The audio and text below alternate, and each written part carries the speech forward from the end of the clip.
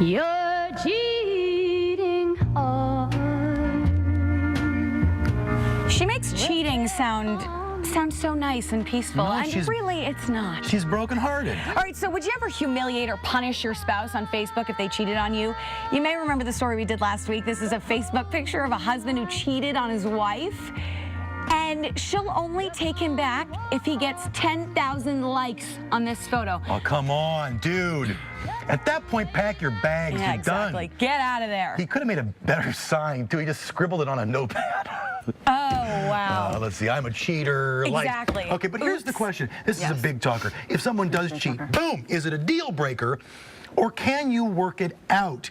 So we've got our marriage and sex therapist, Leslie Gustafson. Yes. Hey, I got it right. It takes two of us to pronounce that correctly. You're one of my favorites. You're so good. So I want to ask you out of the gate, because we both thought, hey, someone cheats. It's over. Boom. It's done. You're outdone.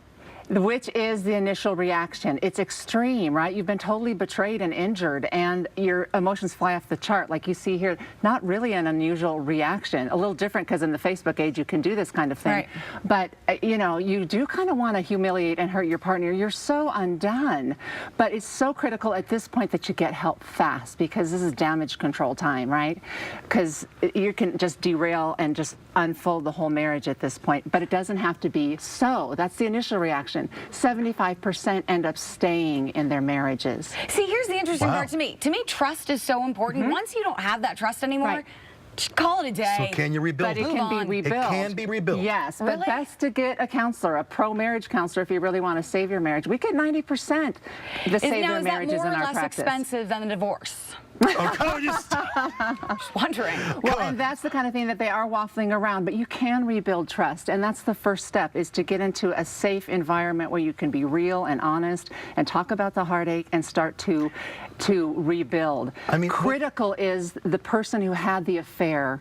The cheater has to have stopped it and be truly remorseful and earnest in getting things back on track, making amends for a very long time, really tending to their partner and making it better. Here's my question. A lot never do, though. A lot derail. Right. How long? How long? Because I'm wondering, you know, that idea, I'm going to make you suffer. You're going to sleep on the couch. How long do they deserve to suffer? Yeah, but that's really the bottom line. How long are we in this limbo land before the healing really can begin? Well, a lot of things are going on at the same time. There's lots of phases, right? You need to get help. You need to start rebuilding trust. At some point, you have to start taking responsibility for the state of the marriage prior to the affair. Okay, affairs don't really happen in truly thriving marriages. Right. There have been issues, there have been struggles, there's been needs for change, and it takes both people to fix it, which is a bitter pill for the person who's been injured. But at some point, both have to say, we want to work on the marriage, and we're going to take responsibility for why we got into the state that we did. The affair, a lot of times, just a symptom. I would imagine forgiveness, though, is probably a tough thing. Forgiveness and it takes, is I would imagine, a critical, while. and it takes a long time. Right. And resentment is toxic.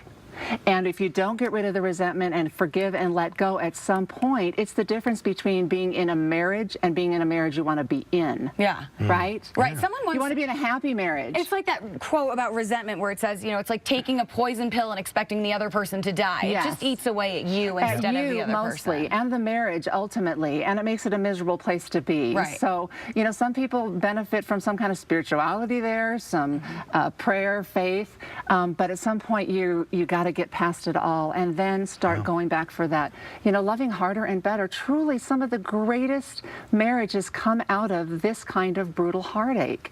They get deeper, they get more real. I guess they you're feel like forced they've lived through something together, you know? You're forced to communicate and have a deeper bond, I guess, at that point. If you are it's like hang you've in made there. it through the valley together and you get to the other side. There's something innately bonding about that if you've done it together and survived it. Well, listen, I think it's fascinating because a lot of folks would think, especially today's throwaway world, you break it, I'm done with it. Right. So, but 80% regret the divorce when they've divorced after an affair. So no matter how angry you are, at the very least, think enough to, can we at least get therapy and Get try? into a process for a period of time to see if you can work it out.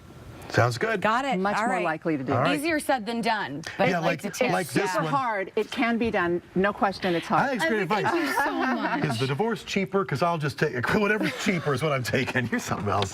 Thank you, my friend.